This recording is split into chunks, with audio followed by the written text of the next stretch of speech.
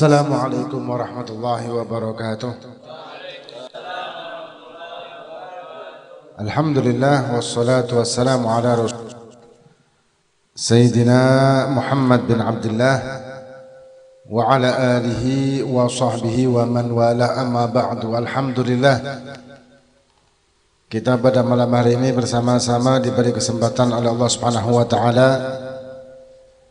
untuk hadir di majelis yang penuh dengan kemuliaan bersama para habaib kita, para guru kita, bil khusus Guru Mukti dan Habib Mustafa Buftaim, dan para habaib yang lain, Al-Habib Fahmi bin Hamid As-Segaf, Al-Habib Mahi Al-Muhdhar, Al-Habib Saleh Al-Muhdhar, dan Al-Habib Abdurrahman, dan para habaib dan para guru yang moga-moga Allah Subhanahu wa taala memberikan beliau-beliau sehat afiat, panjang umur fi taatillah, hingga tetap bisa membimbing kita, bisa mengajarkan kita bagaimana cara untuk mendapatkan keridhaan Allah Subhanahu wa taala dan menjadikan kita sebagai umat Nabi zahir batin dunia akhirat.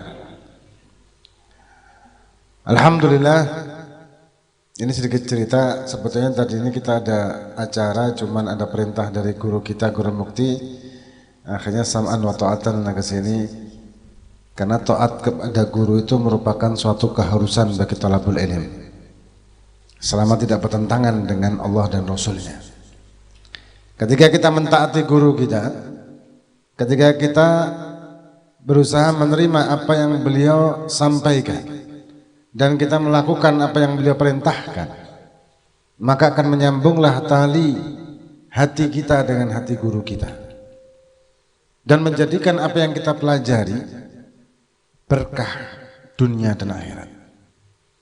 Karena belajar agama dengan belajar ilmu pengetahuan umum, perbedaannya hanya di keberkahan. Orang kalau belajar fisika, biologi, kimia atau apalah yang lain membutuhkan IQ, membutuhkan kecerdasan untuk memahami rumus, memahami ini dan sebagainya, membutuhkan kecerdasan. Tapi untuk belajar ilmu agama membutuhkan adab, akhlak, dan taat kepada gurunya. Sepintar apapun seseorang, sepintar apapun seorang santri, ketika dia tidak ada adabnya sama guru, tidak ada akhlaknya sama guru, dan tidak taat sama guru, maka ilmu yang dia dapat justru bukan menjadikan dia naik di sisi Allah, malah menjerumuskan dirinya, dan yang lebih parah lagi, menjerumuskan banyak orang. Bukan cuma dirinya, tapi menyeret banyak orang. Dhalla wa adhal, sesat dan menyesatkan.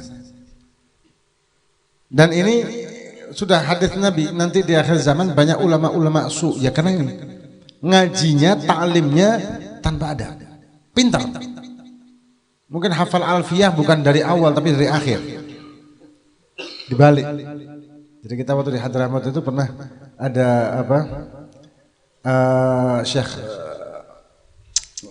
dari Mauritania, dari ini Syekh Sangkiti, Syekh Muhammad Amin As-Sangkiti. Beliau menghafalkan Zubat itu 3 hari.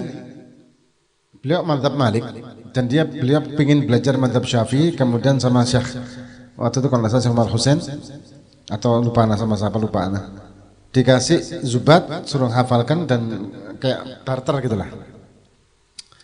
Beliau menghafalkan Zubat 1000 lebih, 1080 baitan insyaallah dengan waktu cuma 3 hari. Dan bahkan bukan cuma dari awal sampai akhir, saking hafalnya dari awal, dari akhir sampai awal, sampai ke depan. Orang-orang yang ahli nahwu begitu, dari awal sampai akhir hafal biasa kan, dari bawah ke atas dibalik. Ini kalau di orang-orang yang apa namanya hafal mutun itu seperti itu biasa. Tapi kalau Quran kan jadi murtad, kalau melakukan gitu murtad kan, tidak boleh dibalik gitu. Intinya apa? Andai kata ada orang yang sepandai itu, tapi dia taklimnya tanpa adab, maka ilmunya tadi yang hebat. Ini parah. Misalkan kita ingin berangkat ke mana namanya, ke Banjar, tapi sama si supirnya sok tahu arahnya ke Grogol. Balik kan ya, arah ke Grogol. Terus dikasih tahu Pak supir, ini salah, ini ke Grogol, Kaltim. Enggak, ini jalan pintas menuju Banjarmasin. Sebentar lagi nyampe ini. Ternyata sampai di apa namanya, enggak begitu hafal daerahnya. Walhasil deket-deket apa? Kuaro ya. Sampai Kuaro kaget ya, loh, kok jadi Kuaro? Dari Amuntai ke Kuaro, perjalanan ke Banjarmasin, tahu-tahu ujuk-ujuk ke Kuaro. Sepanjang perjalanan dengan stil yakin dia mengatakan ini jalan yang benar, ini jalan yang betul, ini jalan pintas. Dikasih tahu siapapun tetap. Ini kata Imam Ghazali parah ini. Orang yang salah, orang yang sesat, tapi nggak nyadari kalau dia sesat. Dan yang parah, dia punya bekal ilmu yang bisa menyesatkan banyak orang juga. Parah ini.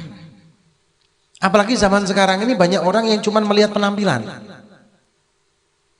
Orang melihat penampilan dan orang melihat pandai bicara atau pandai dalil, tapi tidak tahu bahwa orang ini tidak bersanad, tidak tahu orang ini bersanad tapi sesat, tidak tahu kalau ternyata apa yang diajarkan ini justru menjerumuskan, tidak tahu. Masyarakat awam hanya melihat casing, dan banyak kasus casing ini kan. Apalagi kalau casingnya itu model yang aneh-aneh dan nyeleneh, lebih banyak lagi yang suka. Ntar ada punya kerisnya menyala, wah tambah banyak pengikutnya. Masya Allah ternyata baterai, kerisnya ada baterainya, ada lampunya. Nanti apalagi nanti kertas bisa terbakar, tahu-tahu terbakar, nggak taunya ada bahan khusus gitu. Ya, ada bahan khusus yang ternyata begitu, bisa membakar tanpa dipakai apa korek. Kita sudah mustakid, oh ini wali, ini karomah, ini jangan-jangan kutub, ini bisa membakar kertas tanpa nyentuh. Ternyata ada alatnya, ternyata ada bahan-bahan tertentunya. Walhasil zaman sekarang, bukan zaman sekarang aja, mulai zaman dulu kita lebih terpukau dan silau dengan casing, bukan dengan isi. Saya sering sampaikan, sekarang ini ada HP yang mahal, yang kalau kita pakai itu kesannya tuh, wah, apa namanya, iPhone. Nah, iPhone berapa yang 30 juta itu? Apa? 14 ya. Kalau makainya aja sudah beda kan? Megangnya itu sudah lain, jalannya lain. Jalan coba pakai HP itu, coba suruh jalan. Sama pegang HP yang harga 1 juta, suruh jalan. Beda caranya. Jalannya lain. Kesannya kayak VN gitu kan, kayak wah.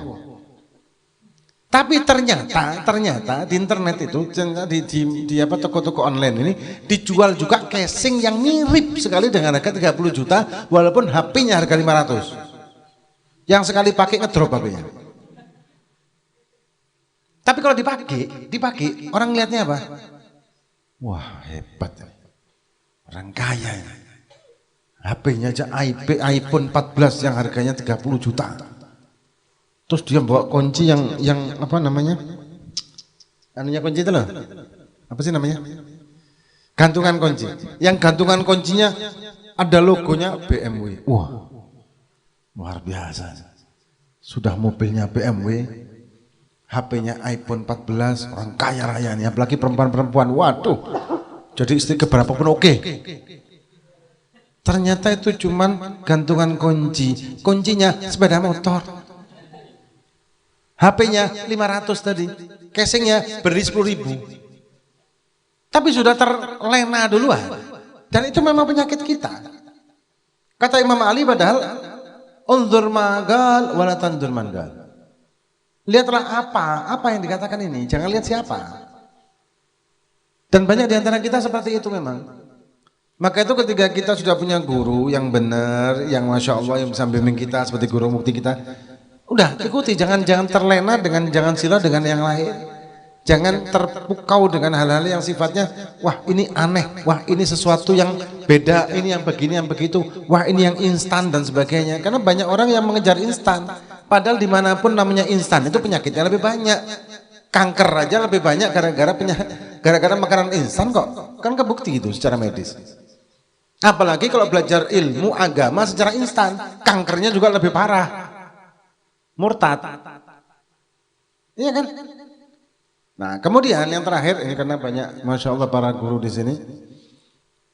Yang terakhir, ketika kita sudah taklim sama seorang guru kita menjadikan beliau murabi kita, syekh thariqah kita, sudah, jangan fanatik buta dengan menyalahkan yang lain.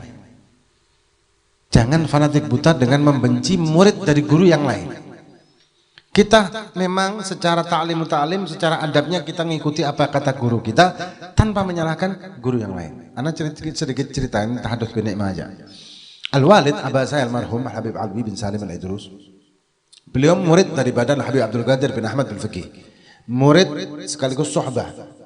Dijadikan adiknya. Dan mutarjim, menterjemahkan. Karena Habib Abdul Qadir bahasa apa? Arab. Kalau ngajar gitu, terus Walidi ini almarhum Walid ini yang menerjemahkan di pojok sana. Habib Abdul Qadir di sini, Walid di sana menerjemahkan. Apa yang disampaikan diterjemahkan. Sama Walid itu selalu luar biasa. Dianggap adiknya cuma kecil. Sampai kadang badali juga Habib Abdul Qadir, badali itu Walidi.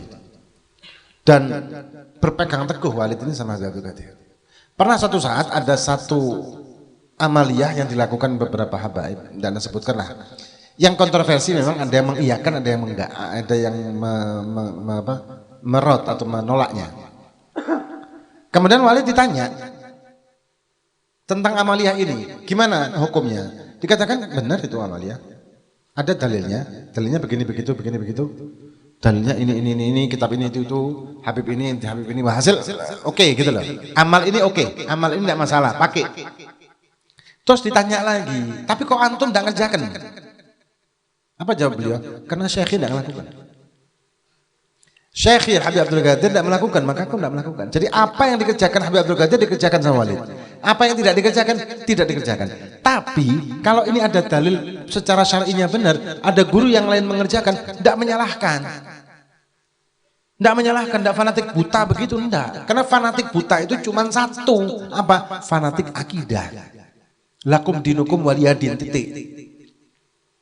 Kalau fanatik guru, fanatik majelis, sampai ada cerita nanti apa namanya ketika punya teman sahabat tahu-tahu temannya berguru di guru yang lain atau kiai atau habib yang lain, sudah nggak